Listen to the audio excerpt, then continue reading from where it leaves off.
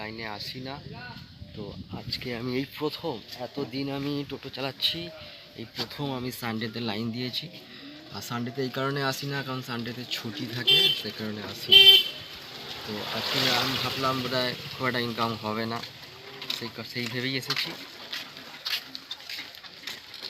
তো দেখি কি হয়।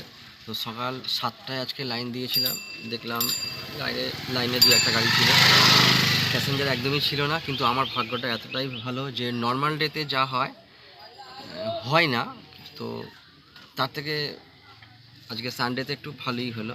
তো যাওয়ার সময় আমি 60 টাকা রোজগার করেছি, আর ফেরার সময় 20 টাকা রোজগার করেছি। তো মোটামুটি আগের দিনটা এখন পর্যন্ত ভালো যাচ্ছে। দেখি নেক্সট ট্রিপে কী হয়। এটা আমার ফার্স্ট ট্রিপ ছিল। তো চলো, এখন আমি সেকেন্ড ট্রিপ দিয়ে এসেছি। সেকেন্ড ট্রিপ দিয়ে আসার পর মাত্র 3 জন প্যাসেঞ্জার পেয়েছি, যেটা 5 জন হওয়ার কথা 3 জন পেয়েছি।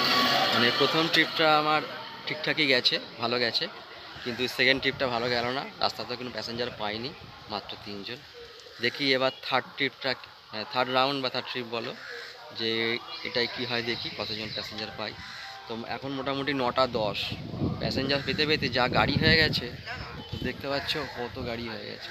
তো এত গাড়ির লাইনের পর আমার পেতে পেতে প্রায় 10টার ওপর হয়ে যাবে।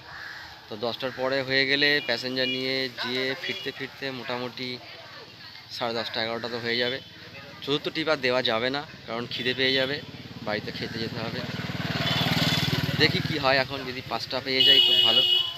তো চলো, আর পরে দেখা হবে। তো বন্ধুরা, আমি দাঁড়িয়েছিলাম 2 ট্রিপ দিয়ে, তো তৃতীয় ট্রিপটা দিতে পারিনি, তৃতীয় রাউন্ডটা দিতে পারলাম না এই কারণে। তো দেখলাম আজকে তো সানডে, ট্রেন এমনিতে অনেক কম, প্যাসেঞ্জার তো আসছেই না, আর এত গরম হচ্ছে, শেষে কী করলাম, আমি চলে এলাম বাড়িতে।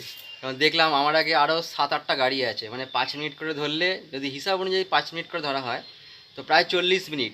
আর আমার যাতায়াতে সময় লাগে যাবে প্রায় আরও আধ ঘন্টা। কষ্ট করে ইনকাম করছি, আর আমি আমার শ্বশুরমশাইয়ের থেকে চাওয়ার সাথে সাথে 500 টাকা পেয়ে গেলাম।